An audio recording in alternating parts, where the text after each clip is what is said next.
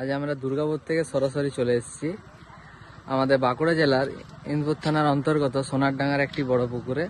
তো এখানে একটা মৎস্য প্রতিযোগিতা রাখা হয়েছিল। তো আমাদের প্রদর্শন মোটামুটি ছিল, খুব ভালো ছিল না। দেখো, দেখতে পাচ্ছ এখানে মাছ।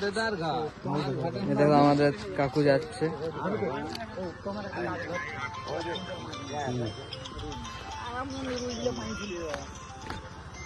দেখতে পাচ্ছ মাছ।